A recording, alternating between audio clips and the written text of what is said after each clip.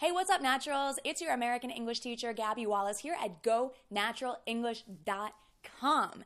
Just the other day, I was talking with my Brazilian friend, Carlos, and he was telling me about his English class and a friend of his in his English class who's upset. Why is she upset? Because the teacher told her that she has to repeat the same level again. It must be so frustrating. I think that a lot of us have had the same experience. If you have, would you tell me in the comments if you've ever had to repeat the same level? Don't be embarrassed, because this kind of thing happens to a lot of us. And in this video, we're going to talk about how to avoid having to repeat the same level again and how to progress faster, how to improve. So if that sounds good, then keep watching. Now, I want to tell you about an audio ebook that Go Natural English made to help you learn English faster. You can get all of our best tips in one easy to access resource. You can click right up there to find out more about the English Fluency Formula audio ebook. So this must be really frustrating for my friend's friend because she has to repeat the same class. She's watching her friends go on to the next level.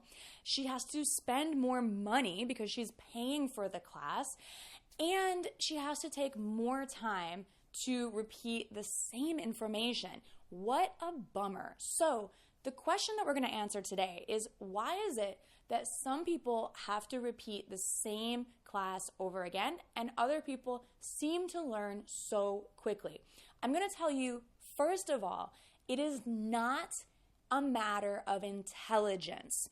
I do not believe that my friend's friend is not intelligent. I'm sure she's very intelligent, but we have to understand how to learn. So, first of all, it's super important to make class a priority. Make English a priority. Obviously, if you're always choosing other things over time to study, like, for example, oh, I really should study, but I should also do these other things. I should go grocery shopping. I should go out with my friends. I should do, X, Y, and Z. It's not going to happen. You're not going to learn that fast, because if you want to progress quickly, you have to make your learning a priority. And maybe that means waking up 15 minutes earlier to hit the books, to study a little bit in the morning. Or maybe it means eating lunch at your desk at work and opening up your English book for your class and studying a little bit instead of going out to lunch with your colleagues.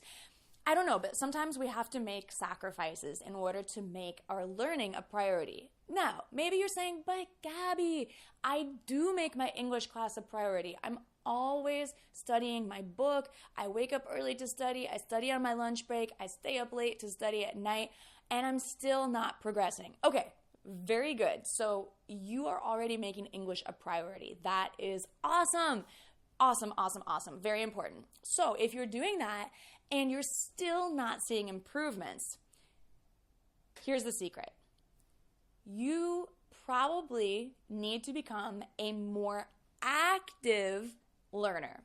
Well, what does it mean to be an active learner?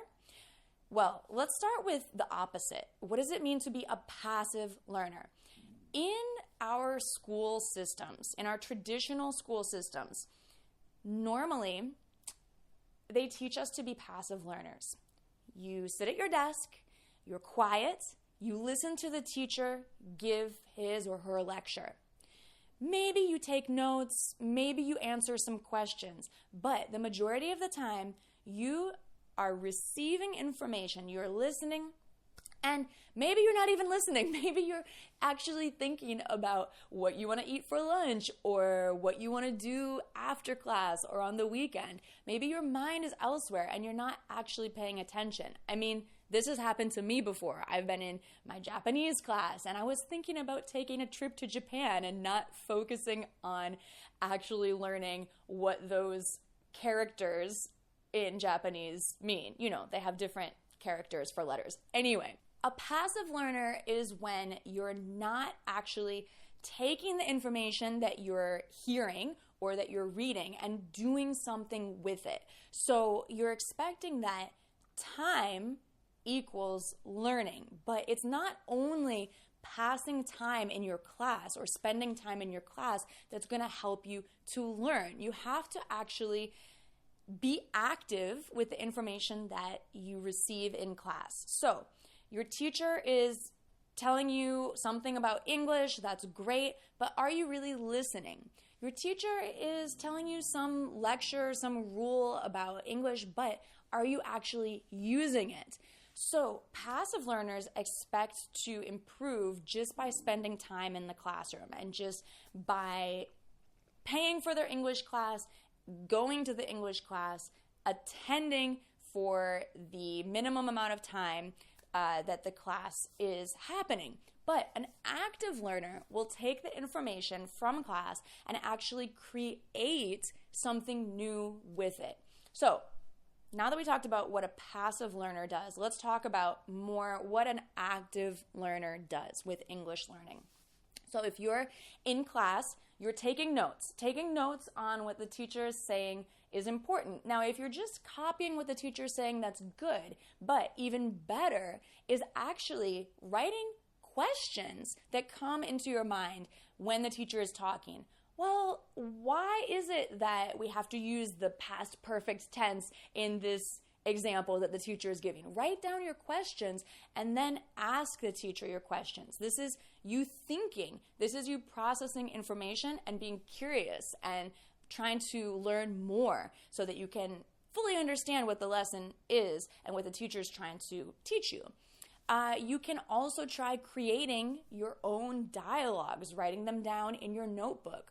You can take notes in a lot of different ways, and in fact, we could do a whole video just about taking notes.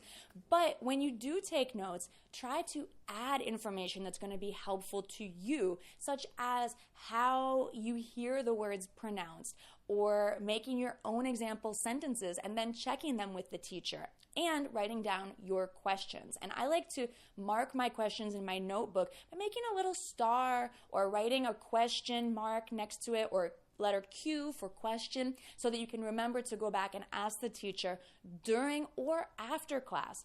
Or sometimes in the United States, at least, we have office hours in our universities where the teachers are available to answer all your questions. So that's a great time to connect with your teacher to ask those questions that you wrote down. Or sometimes the questions will actually answer themselves when you wait a little bit and you pay attention in class. You'll find the answer on your own. An active learner will look for ways to create with what you learn. So can you create your own sentences? Could you create a poem, a song, your own dialogue? Could you imagine a conversation with the vocabulary that you're learning? So you're not just repeating what the teacher is telling you, you're actually creating something new. So a beginner English learner will listen and repeat. An intermediate and advanced English learner will actually create their own content in English. You're taking an active role using what you're learning to interact with it and actually create something new.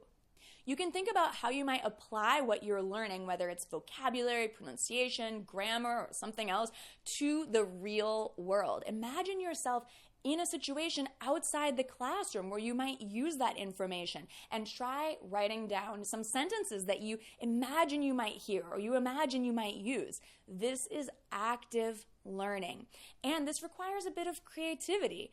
And I'll warn you, you will make mistakes. But again, as I always say, mistakes are the way to improve. You have to make mistakes. You have to fall down and then get back up again. This is how we improve. Keep an open mind to see your own mistakes. So don't imagine that you're going to be perfect. Don't pretend that you're not going to make a mistake, because you will. And the important thing is to see that and to accept that and actually improve that and fix that mistake so that you can grow and learn and improve and progress faster. So make more mistakes and improve them. This is active learning when you're noticing your own mistakes. This is quite advanced. And one thing you can do is record yourself speaking. If you're working on your speaking, record yourself, listen to yourself, and I bet you will notice when you make mistakes. Maybe not all of them, but some of them, yes. And you can actually correct yourself. This is active learning. A final way to be an active learner is to help others learn the language. So I've seen my friend Carlos advance a lot in English because he's being helpful to his classmates and he spends time with them, motivating them to keep learning, to keep practicing, and he tries to help other people. So you can actually learn a lot by helping others because the teacher, the helper, has to know what they're talking about in order to help other people. And I think that helping others is really motivating too. So you'll probably feel good about yourself and want to continue studying. One huge danger that really keeps us from improving in any subject is losing our motivation. So through helping others, you might find a renewed sense of motivation and purpose and be able to be a more active learner. So quickly to summarize, being an active learner means listening and reading and then using that information, interacting with that information, asking questions, creating your own media in English, and helping others. So there's tons of ways to be a more active learner, and this is the secret to advancing more quickly. Do not only do what the teacher tells you to do. In order to advance, you have to go beyond what your teacher assigns you, beyond what your teacher asks you. You have to take the next step forward to take control of your own learning, to advance. Because let's think about it too. Your teacher has a lot of responsibilities and they can't be the manager of your learning. You have to be the manager of your own learning, right? So once you learn to take control and be an active learner for yourself because you're motivated, because you want to learn English and you want to improve and you don't want to stay back in the same level again and again, then you're going to start progressing faster. I'm sure of it. So I hope you enjoyed this video. I hope that it encourages you to be a more active learner. Let me know if there's ways that you are an active learner that I forgot to say in this video so we can help each other, give each other some suggestions on how to be better, more active learners. Thanks so much for watching. If you enjoyed this video, make sure to subscribe to Go Natural English here on YouTube. We're so close to 1 million subscribers, so let's go. Let's get there and get beyond 1 million. If you would like to learn more with Go Natural English, get the English Fluency Formula audio ebook. You can click right up there. And you can also keep watching videos here at Go Natural English by looking right down there at the last week's video. All right, love you guys. Mwah. Keep learning. Bye for now.